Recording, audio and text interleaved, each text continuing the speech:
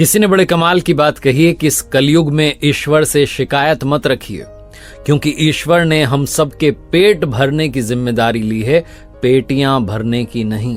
इसी कहानी है पुराने जमाने की। एक राजा के दरबार में पंडित जी पहुंचे पूजा पाठ कराने के लिए। पूजा पाठ समाप्त हुआ तो राजा ने 3 प्रश्न किए और कहा कि पंडित जी जवाब दीजिए।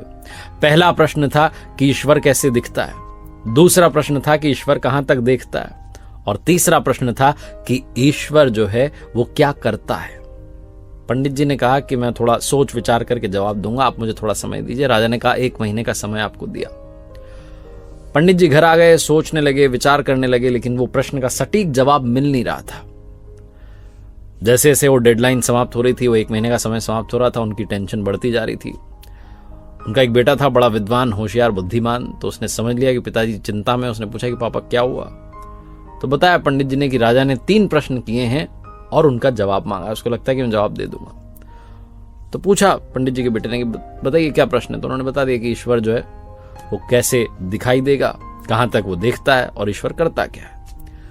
तो पंडित जी के बेटे ने कहा कि बस इतनी सी बात है, मुझे आप लेके चलिए, 1 महीना समाप्त होने पर मैं राजा को 3 प्रश्नों के सही जवाब दूंगा। तो पंडित जी ने कहा मुझे तो बताओ। तो पंडित जी के बेटे ने कहा नहीं, आपको भी वहीं पता चलेगा, आप चलो मेरे साथ। 1 महीना समाप्त हुआ, दोनों पहुंचे दरबार में। तो राजा ने पूछा कि हाँ जी पंडित जी जवाब दीजिए। तो पंडित जी ने कहा कि मैं जवाब नहीं दूंगा, मैं अपने बेटे को साथ में लाया हूं, बड़ा बुद्धिमान है, आपके सारे प्रश्नों के सही जवाब देगा। तो राजा ने कहा पंडित जी के बेटे से कि बताओ बेटा क्या जवाब है पहले प्रश्न का, ईश्वर जो है वो कैसे दिखता है। तो पंडित जी के बेटे ने कहा कि गजब करते हैं आप महाराज, इतने बड़े महाराज हैं और आपके यहाँ अतिथि आया, उसका आपने आदर सत्कार नहीं किया, पानी नहीं पिलाया, कुछ आपने जलपान की व्यवस्था नहीं की और सीधा प्रश्न पूछ लिया। राजा को शर्म आई, तुरंत जो है दूध के गिलास मंगवाए गए। दूध का गिलास आया तो पंडित जी के बेटे ने उसमें उंगली डाल करके देखना शुरू किया और दूध को बाहर निकाल करके देखना शुरू किया। थोड़ी देर तो चलता रहा, फिर राजा ने पूछा कि कर क्या रहे हो। तो पंडित जी के बेटे ने कहा कि साहब मैं इसमें मक्खन ढूंढ रहा हूं। तो राजा ने कहा कि दूध में ऐसे मक्खन थोड़ा ना दिखाई देगा, दूध से पहले दही बनाया जाता है, दही को मथा जाता है, फिर मक्खन जो है दिखता है, फिर मक्खन मिलता है। तो ठीक जवाब जो है पंडित जी के बेटे ने कहा कि ठीक यही बात है, ईश्वर ऐसे थोड़ा ना दिखाई देगा, वो हर आत्मा के अंदर विद्यमान है। हर आत्मा में, हर जीव में जो आत्मा है उसमें परमात्मा रहता है, लेकिन पहले आपको नियमों का पालन करना होगा, ध्यान करना होगा, अभ्यास करना होगा, उन्हें प्रसन्न करना होगा, फिर वो आपको दिखाई देंगे। राजा जवाब से बड़ा खुश हुआ। उसने कहा ठीक है, दूसरे प्रश्न का जवाब दो कि भगवान जो है, ईश्वर जो है कहां तक देखता है। पंडित जी के बेटे ने कहा कि आप एक मोमबत्ती मंगाइए। मोमबत्ती मंगाई गई, फिर मोमबत्ती को जलाया गया। तो पंडित जी के बेटे ने पूछा कि राजन ये बताइए कि इसकी रोशनी कहां तक जा रही है। तो राजा ने कहा कि चारों तरफ जा रही है।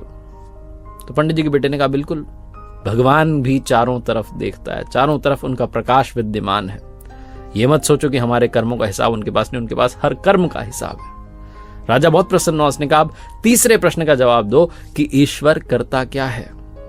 पंडित जी के बेटे ने कहा कि आप ये सवाल जो है गुरु बनकर के पूछ रहे हैं या शिष्य बनकर के पूछ रहे हैं। राजा ने विनम्रता से कहा कि मैं शिष्य बनकर के पूछ रहा हूं। पंडित जी के बेटे ने कहा कि गजब करते हैं। उसने ताना मारा कि जो शिष्य है वो तो सिंहासन पर बैठा है, गुरु नीचे खड़ा हुआ है।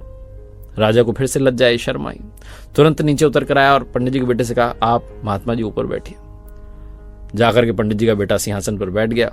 फिर राजा ने प्रश्न किया कि बताइए ईश्वर करता क्या है।